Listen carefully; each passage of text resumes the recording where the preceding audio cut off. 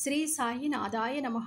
శ్రీ సాయి సచ్చరిత్రము 23వ అధ్యాయము 4వ రోజు పారాయణము ఆదివారము. యోగము ఉల్లిపాయ శ్యామాపాగకుట కలరా నియమములను ఉల్లంఘించుట గురుభక్తి పరీక్ష. నిజముగా ఈ జీవుడు త్రిగుణములకు అనగా సత్వ రజస్తమో గుణములకు అతీతుడు. కానీ మాయచే గప్పబడి వాని నైజమగు సచ్చిదానందమును మరచుచు తాను శరీరమే అనుకొనుచు అట్టి భావముతో తాను చేయువాడు అనుభవించువాడు అని అనుకొనుచు లెక్కలేని బాధలలోని చిక్కుకొనుచు విముక్తిని గాంచలేకున్నాడు. విమోచనమునకు మార్గమొక్కటే కలదు. అది గురుని పాదముల యందు ప్రేమమయమగు భక్తి. గొప్ప నటుడగు సాయి తన భక్తులను వినోదింపచేసి వారిని తమ నైజములోనికి మార్చెను. ఇంతకు పూర్వము చెప్పిన కారణములచే మేము సాయిని భగవంతుని అవతారముగా నెన్నుచున్నాము. కానీ వారెల్లప్పుడూ తాము భగవంతుని సేవకుడుననియు చెప్పెడివారు. వారు అవతార పురుషులైనప్పటికీ ఇతరులను సంతృప్తికరముగా నెట్లు ప్రవర్తింపవలయునో చూపుచుండెడివారు. ఆయా వర్ణాశ్రమములకు విధించబడిన కర్మల నెట్లు నెరవేర్చవలనో తెలిపెడివారు. ఇతరులతోని ఏ విషయములోనూ పోటీ పడేవారు కారు. తన కొరకు ఏమైనా చేయమనియును ఇతరులను కోరెడివారు కారు. సమస్త చేతనాచేతనముల యందు భగవంతుని చూడగలిగిన బాబాకు వినయశీలమే ఉచితము కదా. ఎవరిని నిరాదరించుట గాని అవమానించుట గాని వారెరుగరు. సమస్త జీవులలోని వారు నారాయణుని గాంచుచుండెడివారు. నేను భగవంతుడును అని వారెన్నడూనూ అనలేదు. భగవంతుని విధేయ సేవకుడుననియు వారు చెప్పేవారు. భగవంతుని ఎల్లప్పుడూ తలచువారు. ఎల్లప్పుడూ అల్లా మాలిక్ అనగా భగవంతుడే సర్వాధికారి అనియు అనుచుండెడివారు.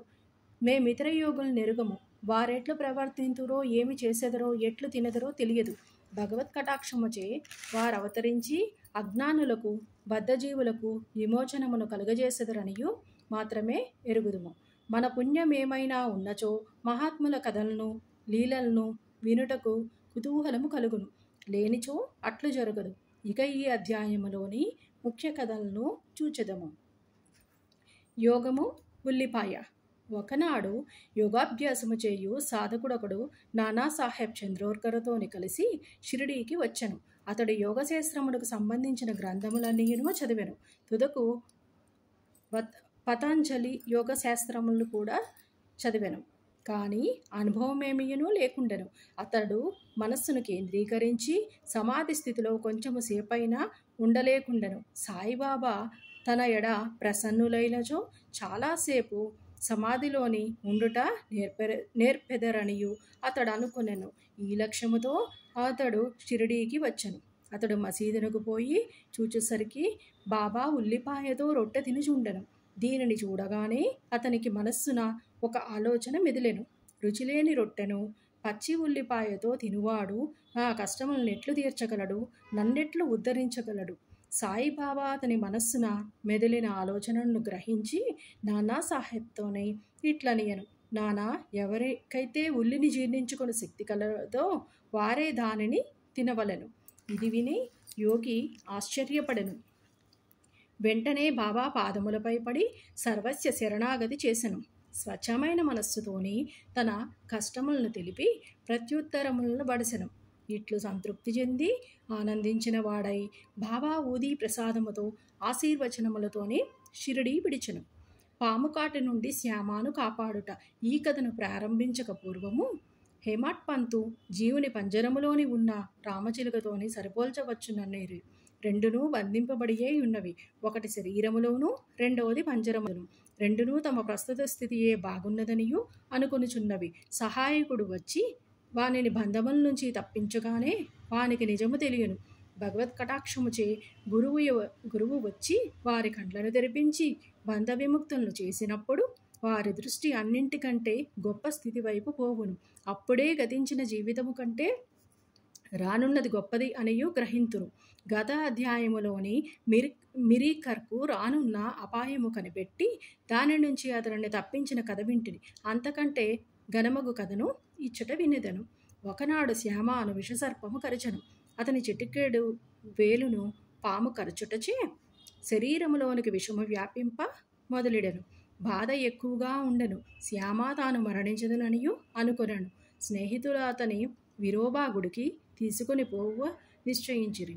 పాము కాట్లు అచ్చట బాగా అగుచుండెను.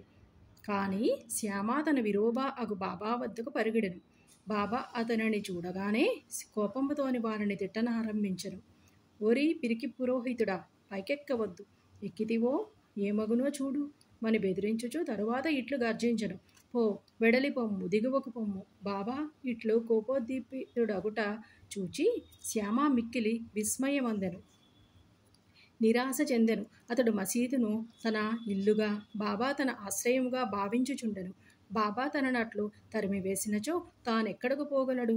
అతడు ప్రాణమందాస వదులుకొని ఊరకుండెను. కొంతసేపటికి బాబా శాంతించి శ్యామ దగ్గరకు పోయి కూర్చుని ఇట్లనను, భయపడవద్దు, ఏమాత్రమూ చింతించకు.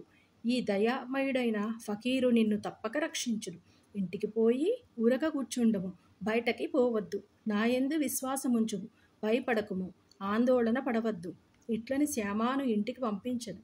వెంటనే బాబా తాత్యాపాటీలును కాకాసాహెబ్ దీక్షితుని అతని వద్దకు పంపి తనకిష్టం వచ్చినవి తినవచ్చుననియు గృహములోనే తిరగవచ్చుననియు కానీ పండుకొనకూడదనియు ఈ సలహాల ప్రకారమే నడుచుకొమ్మనను.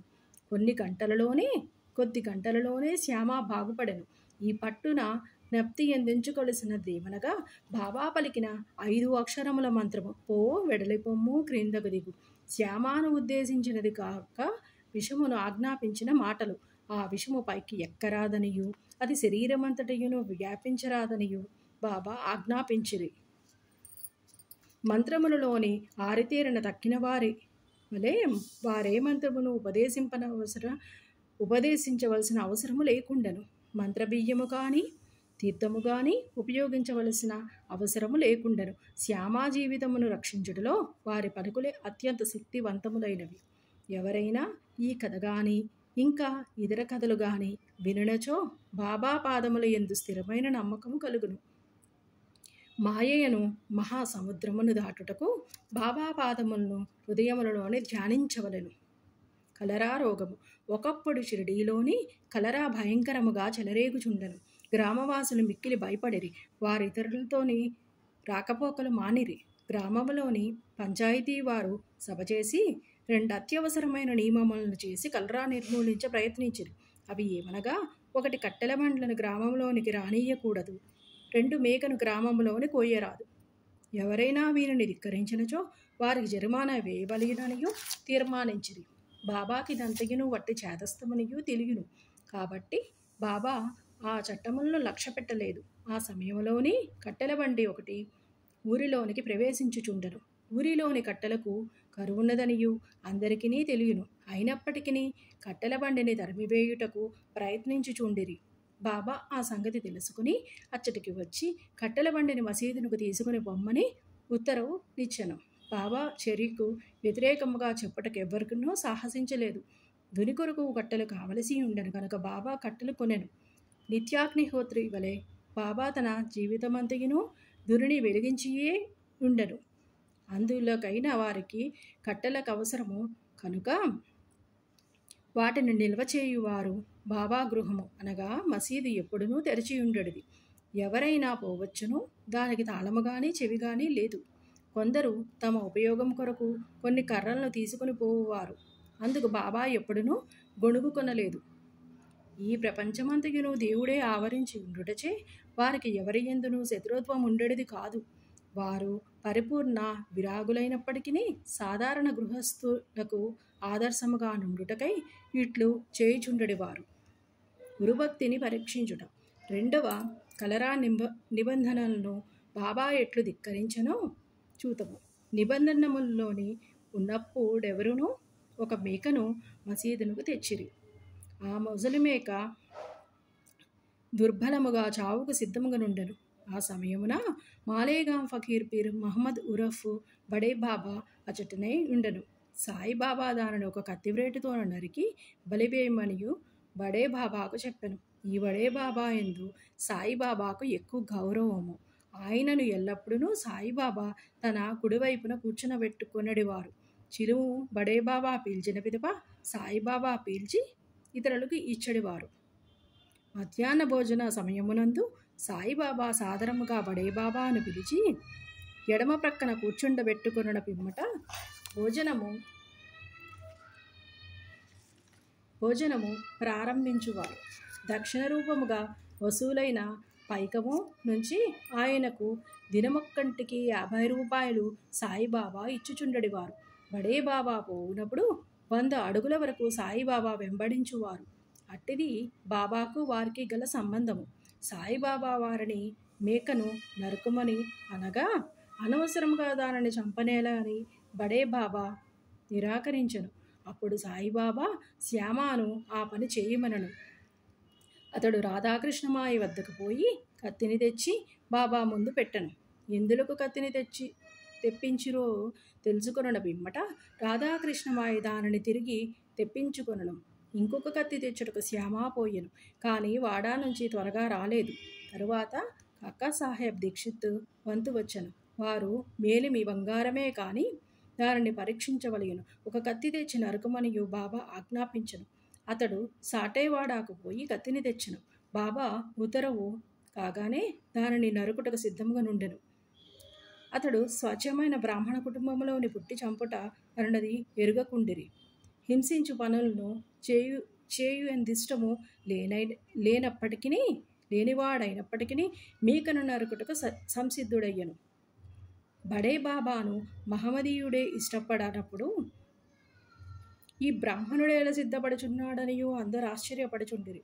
అతడు తన దోవతిని ఎత్తి బిగించి పట్టుకొనను.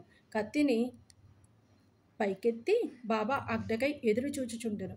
బాబా ఏమి ఆలోచించుచున్నావు, నరుకుము అనను. అతడు చేతిలోని ఉన్న కత్తి మేకపై పడుటకు సిద్ధంగా నుండగా బాబా ఆగుమనను. ఎంతటి కఠినాత్ముడవు, బ్రాహ్మణుడవయి మేకను చంపెదవా అనను. బాబా ఆజ్ఞానుసారము దీక్షిత్ కత్తిని క్రింద పెట్టి బాబాతో ఇట్లనియను. నీ అమృతము వంటి పలికే మాకు చట్టము, మాకింకొక చట్టమేమీనూ తెలియదు. నిన్నే ఎల్లప్పుడూ జ్ఞప్తి ఎందించుకొనెదము.